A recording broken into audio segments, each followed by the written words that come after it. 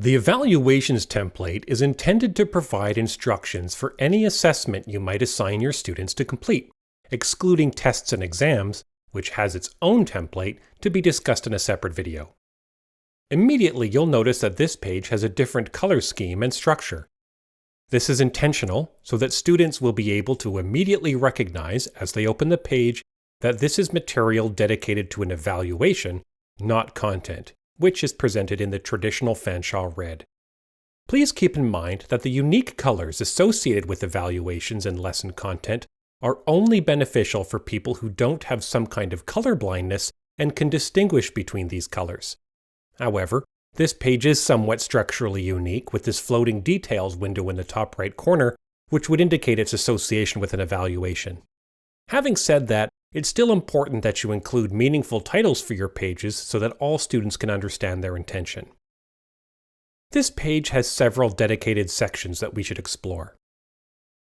The introduction provides a space to describe the intention of the evaluation and include the achievement of which course learning outcomes it's measuring.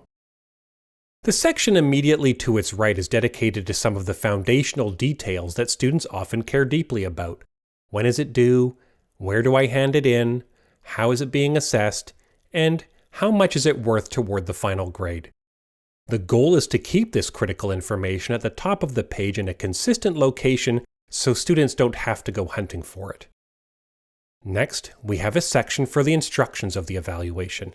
Include any information here that your students will need to successfully complete the evaluation. There is then a section dedicated to evaluation.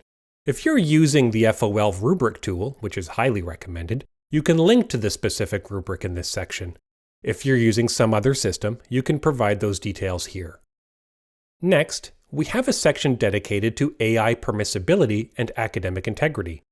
It is in this section where you would be explicit with your students about how they are, or are not, permitted to use AI in the completion of the assignment. We've included the 3 AI permissibility icons to make this easier for you. Be sure to delete the 2 that don't apply to your evaluation. You might also include other considerations that pertain to academic integrity, like whether or not students can collaborate with each other. The next section is dedicated to any specific requirements there may be, such as file type, adherence to any specific citation style, and anything else you can think of. Finally, at the bottom, there's a section reserved for any resources that may assist students in the completion of the assignment. Feel free to delete items that don't apply, or add whatever you think would be relevant.